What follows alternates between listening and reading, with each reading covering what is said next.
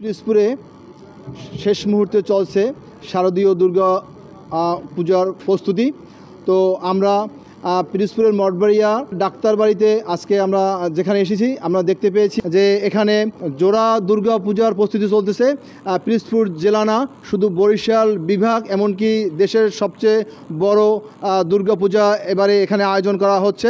151খানা প্রতিমা নিয়ে এবছর দুর্গাপূজার উৎসব আয়োজন করা হচ্ছে। এবছরে দুর্গাপূজার প্রস্তুতি চলতেছে, এ ব্যাপারে আসলে পুলিশ সুপার এবং জেলা প্রশাসনের সাথে কথা বলেছি।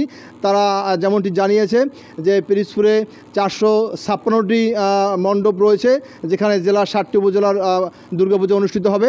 সব মিলিয়ে বলা যায় যে দুর্গাপূজাকে উৎসব মুখর করতে সমস্ত প্রস্তুতি শেষ হয়েছে। আসলে গত 10 বছর যাবৎ আমি ডাক্তার সুদীপ কুমার হালদার, আমার স্ত্রী ডাক্তার স্নিগ্ধা চক্রবর্তী, দুজনে আমরা এই রাজমন্দিরে প্রাঙ্গণে বা রাজমন্দিরে এই পূজা দিয়ে থাকি।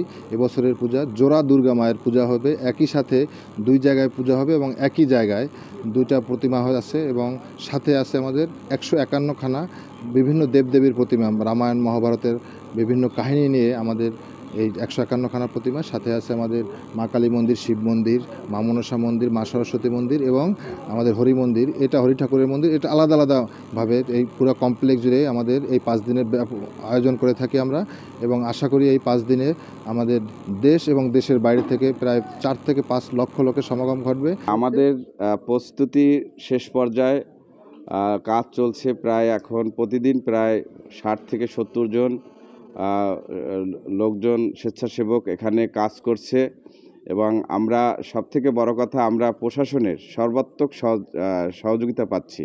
বরিশাল বিভাগের ভিতরে সবচেয়ে বড় এবারের দুর্গাপূজা আয়োজন করা হয়েছে পিরোজপুরের মঠবাড়িয়া কবুতরখালী গ্রামে। তো পিরোজপুরের মঠবাড়িয়া থেকে দুর্গাপূজার আয়োজনের এই ছিল আমার কাছে সর্বশেষ। জিয়াউল হক জিয়া, সময় সংবাদ, পিরোজপুর।